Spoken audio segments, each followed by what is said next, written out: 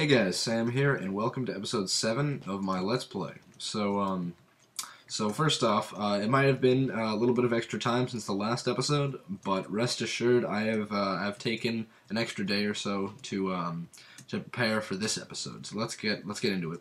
First off, I'm starting out in second level from the top in the mansion, which is where the millstone setup was. I thought I'd start here, excuse me, because this is kind of where we left off last episode, and I had an unfinished millstone setup, and since then I kind of took the whole thing apart, and using the same general idea, I kind of redesigned the whole thing. So let me just show you how it works. Basically, instead of 4 millstones, I've got 2, and instead of being sort of centered around this column with a bit of a border around the whole edge of the room, I basically have this whole side of the room empty, and the millstone setup takes up this side, so it's much more compact, and I think it looks better that way. And plus I'm very happy because I managed to get it so that there aren't any gearboxes or axles in the floor, which is quite nice. Everything's behind here. So let me just, well, basically the way it works, we got actually it might be a little bit better to explain what's up here first.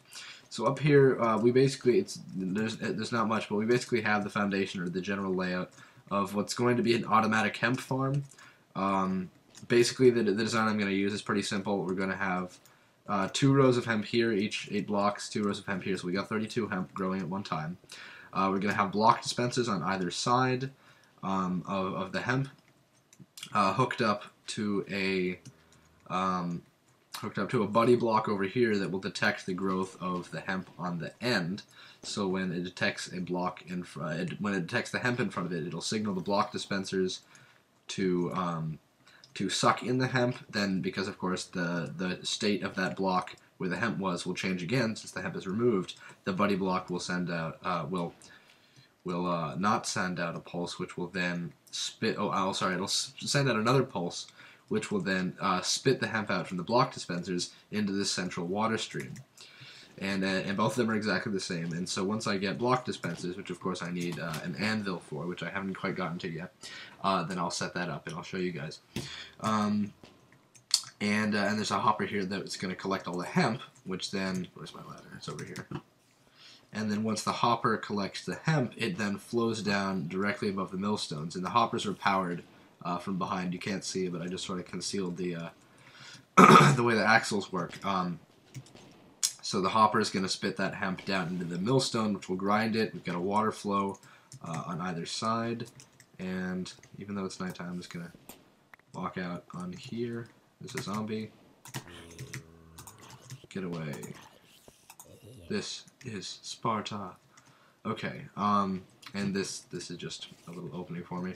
Basically, from the back, we've got the 2 water flows that meet here. I made it so that the water flow would be exactly 8 blocks long, so it actually stops here. Both of them flow into this block, and then there is a third water flow right there that actually just sort of flows under. And I'll just seal this up. I'm actually just going to put a couple torches here because I believe the zombie actually spawned in this little compartment back here. And I'm not sure what I'm going to do with this. I might make a little nodule that's like an extension of the floor below, but I'm not entirely sure yet. So let's go back in, and I believe that's going to be the last time that I'll have to go out on that little terrace there. But anyway, so that third flow of water, that's what you're seeing here. There's a sign here that I can't see that prevents it from flowing down, and then basically we've got holes in that particular corresponding block in each level. Get away. That basically is going to make the materials fall down into a hopper at the bottom. So that's basically the way it works now. So basically all the hemp, it's completely automated. So once I make the hemp farm, it's going to grow, it's going to be harvested, it'll be ground in the millstone, it'll fall all the way down here, and then I can collect all my nice hemp fibers in the hopper because, of course, there's literally no use for hemp in its unrefined state, so I might as well convert it all to hemp fibers for easy usage, and it'll all be down there for me to use. So that's pretty cool. So that's the millstone setup up here. So let's get to some other stuff. I'll just pick up this bed, right? If I can. Yep. Yep. Inventory is not close to full. And then I'll figure out what I'm going to do with these levels later on. I would like to get because of course those are going to be automated farms as well. So I would like to I'd like to wait until I get like steel technology so I can get block dispensers and detectors and that kind of cool stuff. And let me just make sure my sound is Sound is at 3%. I'm going to bring it up to 25 and see how that works. Because I would like you guys to hear, you know, regular Minecraft sounds, complete the immersion. So, so what we're going to be doing today is we're going to be literally playing with fire a bit. Oh, also, I made a redstone torch column that goes all the way up to the windmill, the gearbox connected to the windmill at the top. So if I see it's raining, basically all I have to do is flip this switch, and why is it not working? Should be working. I don't know, maybe I messed up the wiring at some point, but maybe it's just a really long delay. Yeah, I think it's just a delay because I believe because it did eventually stop. Yeah, I think it's just because there's a lot of redstone torches. But anyway, so that should cut the power to the the windmill to prevent the gearbox up there from breaking, because I've replaced about 6 of them, and I cannot wait until I make a detector block to just basically serve as a weather sensor and cut the power automatically when it starts raining, because that would save me a good amount of gearbox crafting. So also over here, I just moved my enchantment setup to here, and I will enchant something because I'm on level 57. I spent a little time in the mob grinder. Actually, what I did is I went to basketball practice, which was earlier today, and I just left the mob trap running in my absence. So I got a couple of hours worth of mobs, and I basically went up from like 37 or 36 or something to 57, which is not too shabby. So yeah, so basically what I was beginning to say is this episode we're going to be playing around with fire. We're going to be doing a little bit of alchemy, but we're going to make some hibachis and get some sort of cauldron setup working.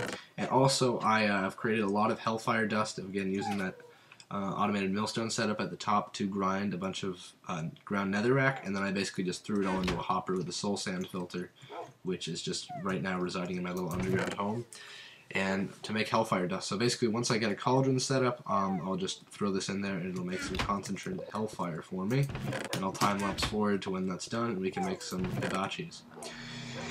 So let's see, let me just get what I need. Let's not worry about those. Turntable I don't need yet.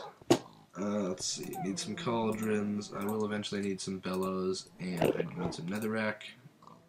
And this stuff I can grab later, but basically everything there does have a purpose in what I'm going to be doing, hopefully this episode. So this is what I've been spending a lot of time doing. What the heck did that? I could be mistaken, but I'm almost positive the Enderman just is running into my saw. That's what you get. So anyway, so I hollowed out this room here. I think it looks kind of nice. I kind of like the look of the sandstone floor. I just went over to the desert and carved out a bunch of sandstone. It wasn't too hard.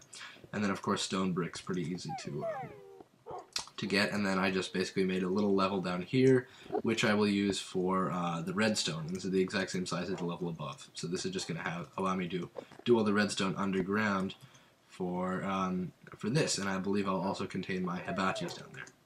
So let's just start off very quickly. Let's just make a couple of cauldrons. I guess I'll make them.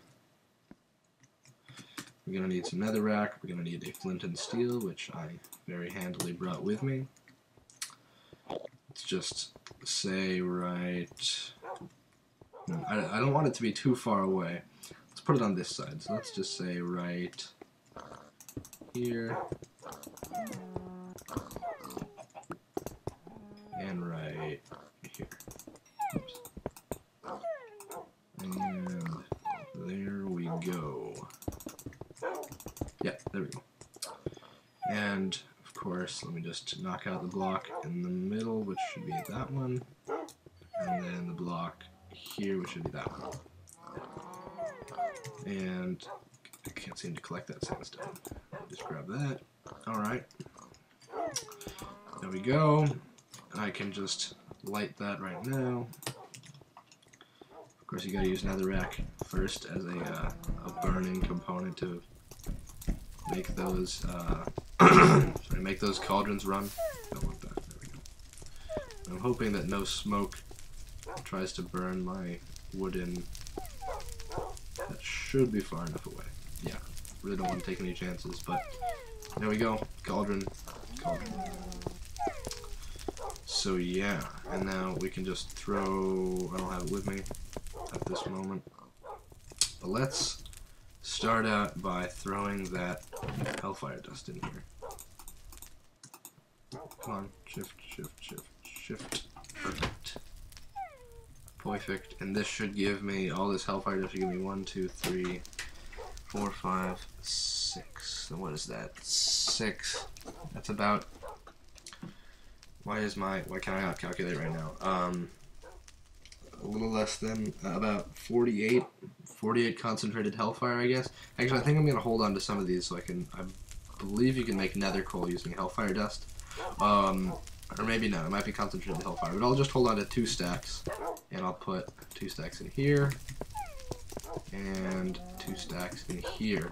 So that should give me a total of about 32 concentrated Hellfire, and I'm looking for, let's see, Hibachi is 3 concentrated Hellfire, each. I want 16 Hibachis total, so that's 48 concentrated Hellfire, so I guess I probably should just throw it in here. Yep, and that'll give me the perfect amount. So let's see. I don't believe there's a whole lot more I can do at this moment until my concentrated Hellfire is done. So I think what I'm going to do is I'm going to pause the recording, and I will resume when this stuff is all done. I believe it's about a quarter of the way there, so it shouldn't take too long. But I will resume the recording when all my concentrated Hellfire is done, and then we'll get into it. So I'll see you in a second. And actually, no, the concentrated Hellfire is not done yet, but I figured I would just take this opportunity to talk a little bit because I do have a couple things to say. So while I'm waiting, so that I don't have to try to talk about 2 things in a certain amount of time. But first off, I just kind of want to know you guys' input on what you think about the frequency of me putting out these episodes. There's basically 2 options. One is that I can stick to stick to as much as possible an every other day schedule, which will hold on a second, let me just grab something. Which will basically stick to what I can manage as far as an every other day schedule is concerned, and basically put out frequent episodes and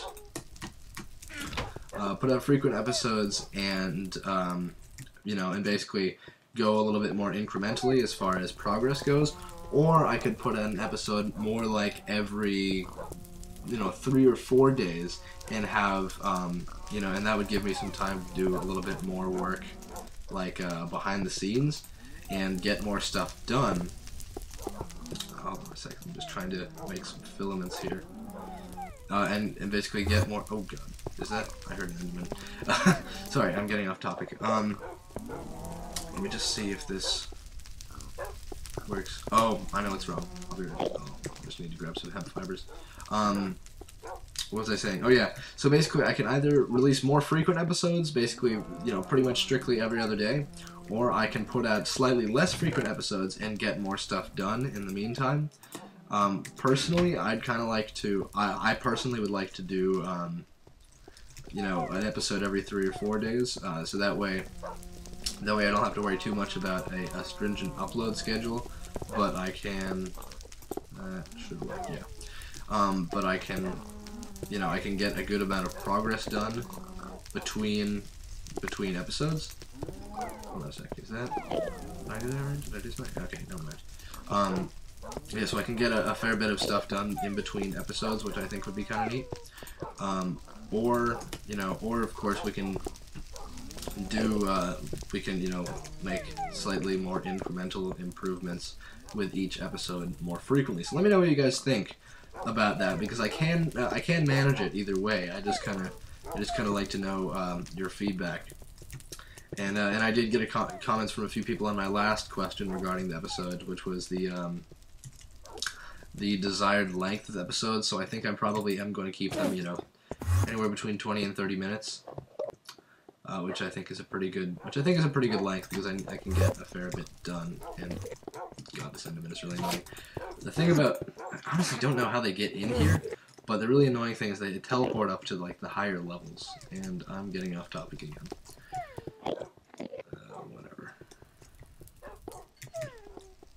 Oh god, there's two of them. How did that happen? Oh, Ender Pearl. Thank you very much, Mr. Enderman. And thank you for dropping off your dirt block. Or grass block. What was I saying? Episode length? Yeah, let me know. No, I honestly don't know how that got there, but that's okay, I suppose. Yeah. I'm kind of rambling on at this point. Yeah, how frequent do you want my episodes? How much would you like me to do? All that good stuff. Just let me know what you think. So I believe we're just about ready to proceed here. Let's grab my filaments. I believe I only need 16, so there's my 16. Excellent. I guess I'll leave. There we go. Alright, let's craft some hibachis, and I need some smooth stone, which should be in one of these chests. Not entirely sure. Oh, there it is. Should be good. I've got a crafting table here as well. So let's make these hibachis, and I enjoy hibachis. I enjoy a lot of things in Better Than Wolves, actually. Which is kind of understandable. What do I like? I think one of my favorites is the block dispenser. I'm a big fan of those. That should be good. Excellent. 16 hibachis. I like the block dispenser. I like hibachis. I really like everything. I honestly can't complain. And also, I'd just like to remark that I'm still playing on Minecraft version 1.1, even though 1.2 has come out a few days ago, because of course Better Than Wolves is not updated yet, and I'm okay with that. I'm not too pressed for time as far as new features in Minecraft are concerned. I can deal with it, but you know, Flower Child can take his time. I honestly don't care. I'm enjoying it as it is. So there we go. So let me just set up some cauldrons here. So we've got those on that side. I think we can probably probably replace those. So now the thing is, I know that the optimal amount of fire that you can get, the optimal amount of heat and therefore speed that you can get, is with 9 fire blocks underneath each cauldron. But it's much easier just to do 8, because that way you can wire it up very simply without having to worry about so there's 9, and I can remove, let's see, this one. There we go. There's that, and let's put another 8 here. That's the center block. That. Nope, that's in reverse. Gotta fix that. There we go. And hibachi. So let's get my redstone out. And I actually just realized this recently, and it's been ridiculously helpful. The fact that you can power actually redstone through a block using a repeater, which is quite neat. Which I like, because I did not know that blocks were able to transmit power. So this wire, so basically this repeater is going to be sending power. Let's just test it out. I might have to space these out a little bit more if it doesn't work. But basically this repeater is going to be sending power to this block, which is then going to transmit it to this wire, because it's a repeater, which will then transmit it to these 3, which should do that, which is cool. But I believe I did... made a little tiny mistake here. I'm just going to quickly wire up these hibachis, because I don't want to make this episode too long, and there's some stuff I want to do. But I'm just going to quickly wire up these hibachis, and I will get back to the recording in just a minute. So I'll see you in a second. So here we go, we're back. I got my cauldrons fully set up, and I also took the liberty of doing a couple of other things. So, so first off, we've got one fire that is stoked and one fire that is not stoked. So this is the normal cauldron, normal hibachis. Let me just show you. Let me get down here. Alright, so over here on this side, this is the normal cauldron. It's just hooked up to a redstone torch, because I don't really have much of a reason to toggle it on and off. And that's going to be used right now. It's actually being used to tan some leather, and then I'm going to be making some donuts out of this flour. So that's going to be cool. And then over here, we've got something a little bit more complex. Basically, the mechanical power shaft, which actually, remember, goes all the way up to the windmill at the top of the mansion. That's hooked up to this bellows, which is alternating. In order for a bellows to work, basically, you need to have alternating mechanical power to it. So basically, this gearbox right here, which is sending the power to it, is being constantly turned on and off. Let me just get it out here. Being constantly turned on and off by this turntable up here, which is also powered from below by the same mechanical power. Well, by a different gearbox, actually. So basically, I've got torches on 2 different sides of this block that's being spun by the turntable. So basically, every other rotation, it sends an on pulse, and then in the alternating ones, it's off. So basically, this is constantly turning on and off this gearbox here, which is alternating the power to the bellows, therefore stoking the fire. So basically, it's being pressed up and down to stoke the fire, and right now I don't have much of a use for it, but once I get into rendering some things, such as, for example, you can create, you can make tallow, which is created by rendering meat, which is used for some stuff, but most importantly, I'd like to render some glue, which is used by rendering, I believe bone, string, wool, rotten flesh, that kind of stuff, into glue, which is basically serves as a substitute for slime balls in just about every recipe, which is very useful. So I got that going on. I'll be making some glue, and meanwhile this one I'll be using to make regular stuff. And there's my tan leather, and here's some donuts coming along here. So and I might later make a more automatic like donut factory, but because that was a request by a couple of people. But for the meantime, that's gonna do, and I have a fairly good supply of food here. So that is that, and I'm not exactly sure about the time on the episode because I really gotta start keeping track of how long I've been filming. But I think I'm just gonna get started on something that we'll finish next episode, just so you know what I'll be doing, and I can keep you on the edge of your seat. Probably figuratively, as opposed to literally. So let's just run over to the house and grab some stuff. Almost there. Dun dun dun. Alright, so let's just grab, I'll grab 3 of these saddles. I need to at least organize my inventory a little bit. Let's get a stack of rotten flesh. Put that in there. I really came over here to grab. Where are they? I thought they were in there. Nope. Where are they? I had. There they go. There they go. Some bricks. And then let's get some clay as well. And then we can just drop that torch there. Right, there we go. Let's just quickly run back. I'll just crossfade for the sake of time. So I'll be back in the mansion. Alright, so here we go. I'm just gonna grab these. I'm gonna make another bellows and another turntable, which I'm gonna need to grab some iron for. So I'm probably gonna do this. Not gonna do this now, but I'll lay out the overall setup. First off, right now the stoked fire. This is what I'm using it for. I'm rendering this rotten flesh into glue, which I believe is a ratio of. God, I keep hearing Enderman. Let's see. I kind of want to know what the ratio is. It is, I think it's, yeah, 4 to 1.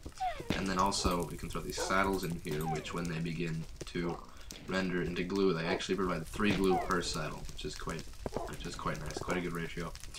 So let's just go over here very quickly, and I'm gonna set up a kiln, which basically, what would be a good place to put it?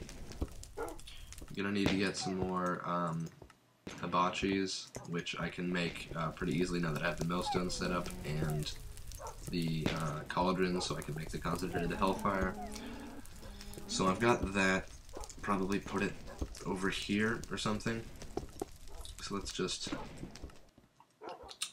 probably put the kiln right about like here, and we want whoops, that. And then,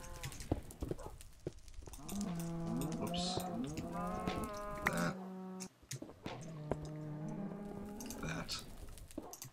and then I believe that, which is kind of optional, but I can put it there anyway. So there we go. So that's a kiln, and I'll be using that a little bit later on. I think I can get rid of that block there. Basically what this is going to do is it's going to cook some pottery for me, which is basically the next step, and that's probably what I'm going to be doing next episode. First off, I need to make a turntable to spin my clay into unfired pottery, which I'll then place in the kiln. But I'm going to need some more hibachis, a turntable, some more gearboxes, stuff like that, which I'm not going to do right now. But that is coming next episode, and also I'd like to talk about, not right now, next episode also, so episode 8 is going to be pretty fun. Also, I'm going to talk about a design I have for a breeding farm, which after I get steel tools, after I get this whole steel thing down and I get the hemp farm done, which is going to be pretty quick, the next thing I'm going to do is make a breeding farm, because I'd like to have a constant supply of food and leather and stuff. The cows in particular are very important. But I do have a cool design for that I'd like to test out, but I'd like to explain that to you next episode, and then we can execute it sometime in the next few. So I think that's going to do it for this session. Hope you guys enjoyed watching. Glitch in the ceiling. But yeah, hope you guys enjoyed watching. If you haven't subscribed and you enjoy the series, please do. You know, if you feel like it.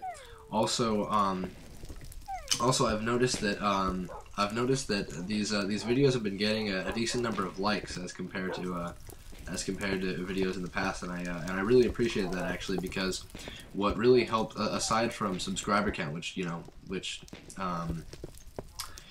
determines how many people are actually regularly being notified of our videos, the more likes and ratings that we have on this video, the more exposure it's going to get, the more it'll come up in search options, and that means that our channel is going to get some more exposure, and more people are going to get to watch this series, which I have a lot of fun doing, and I really enjoy looking at you guys, your comments and stuff. So this really only takes half a second. If you like the video, feel free to represent that by leaving a like. It really does help me out, and I don't really normally ask for that kind of stuff, but I do appreciate it. I just thought I'd lay that out there right now. So yeah, once again, I hope you enjoyed. I will join you again next time at episode 8. We'll be doing some cool stuff. And as always, I hope you guys have a very good day. I'll see you later.